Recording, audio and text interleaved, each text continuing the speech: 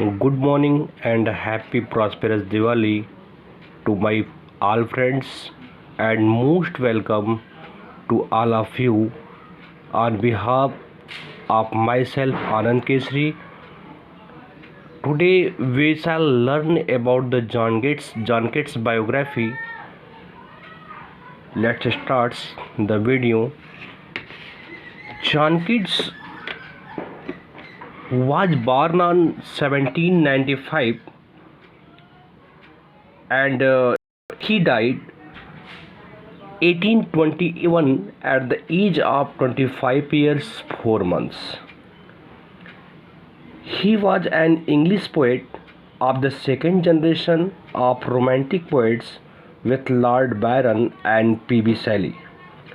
His poems had been publication for less than 4 years when he died of tuberculosis at the age of 25. Means he was died with tuberculosis.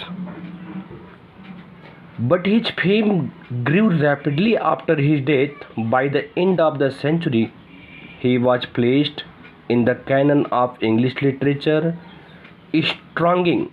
influencing many writers of the pre-Raphaelite Brotherhood and many other writers. In 1888,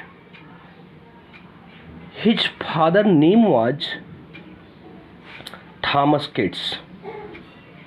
He was a stable keeper, but his mother name was Frances Keats. His education in the school of Guy's Schools, Hospitals, London. His love affairs Isabella Jones and Fanny Browning. His occupation was a poet. Means he was a great poet. In his few times, he wrote many odes and poems in his career. So he was a great poet in his own time.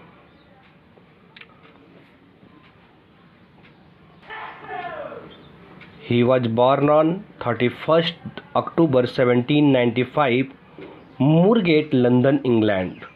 But he died 23rd February 1821 in Rome.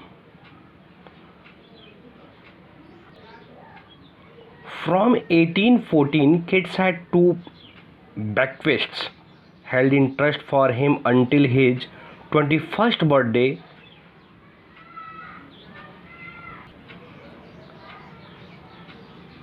His major works: poems 1817, Endymion 1818, Hyperion 1818, Otho the Great 1819.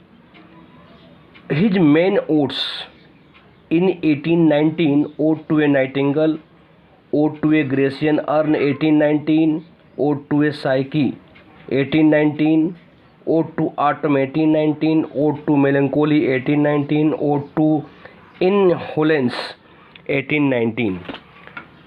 1819 is very important for John Keats because there are many odes wrote in 1819 by John Keats. आगे हम लोग video को देखते हैं. इसमें बहुत से questions मैंने लिखे हुए हैं जॉन किट्स के बारे में. जॉन किट्स का जो जन्म था देखिए 1795 में हुआ था और 1821 में इनकी क्या हो गई थी, डेथ हो गई थी. और इन्हें रोम के एक प्लेस पे इन्हें बरीड कर दिया गया, दफना दिया गया. और ये थोड़े ही समय जिंदा थे, माने इनकी जो लाइफ साइकिल रही वो बहुत कम, 25 years 4 months only.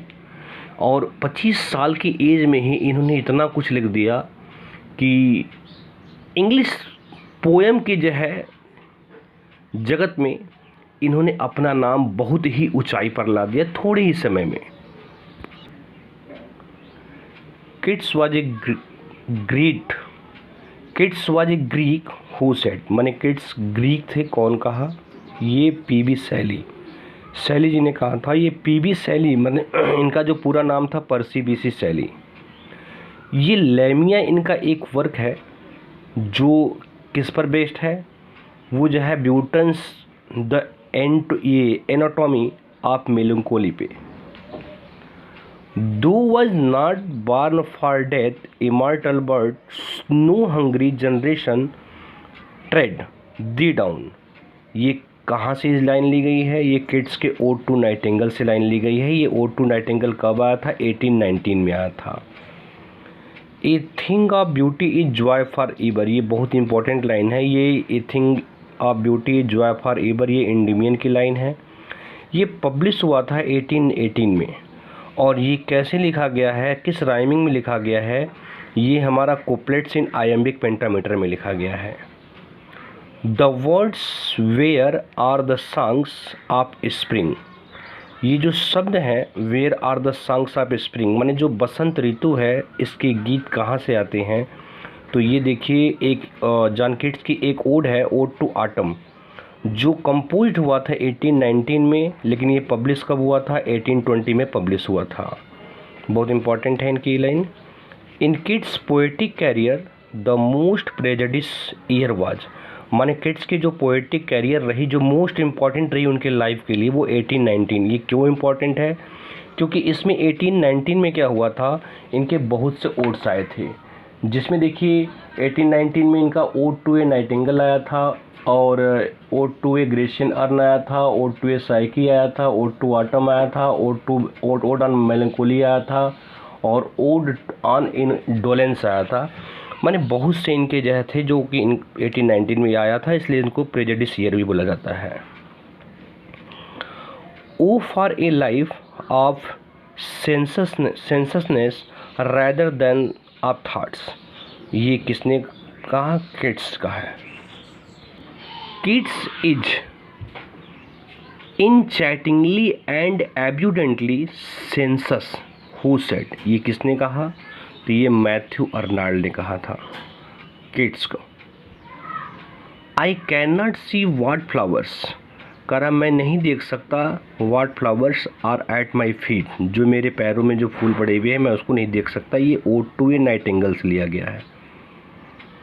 पीलूड upon my fair love's ripening breast to feel for its soft fall, ये कहाँ से लाइन ली गई है? Ode to a nightingale. देखिए इसका जो कोटेशन है ओड टू ए नाइटिंगेल का, ये बहुत ही इम्पॉर्टेंट है।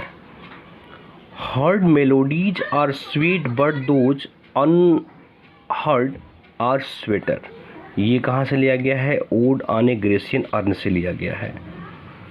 Beauty is truth, truth beauty that is all ye know on earth and all ye need to know. देखिए जो लाइन है ये बहुत ही इम्पॉर्टेंट है, और ये टीजीटी के एग्ज़ाम में, पीजीटी के एग्ज़ाम में कई बार ये लाइन आए हैं।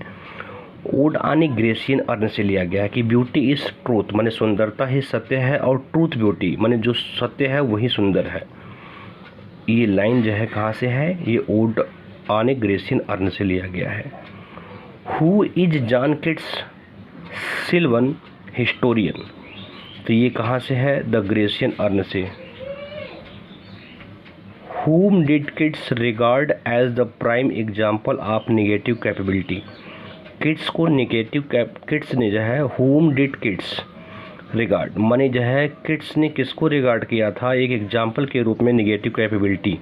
तो ये विलियम शेक्सपियर के लिए कहा गया था। She dwells with beauty, beauty that must die, ये कहाँ की लाइन है? ये ओड टू मेलंकोली की लाइन है। Where beauty can not keep her lustrous eyes or new love pine at them beyond tomorrow, ये कहाँ की लाइन है? ये हमारा जो है ओड टू ए नाइटिंगेल की लाइन है।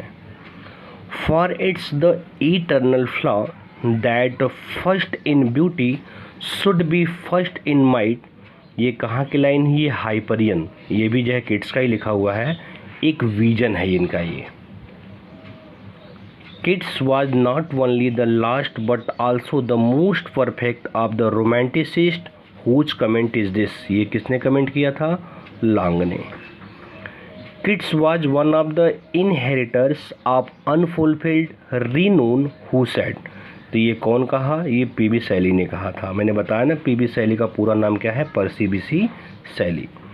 विच of the poem by Keats uses the Spenserian stanza, माने किस पोएम में किट्स ने स्पेंसरियन स्टैंजा यूज किया। स्पेंसरियन स्टैंजा देखिए ये शेक्सपियर ज़्यादा इसमें लिखते थे, इनकी सभी रचना शेक्सपियर जी की स्पेंसरियन में रही।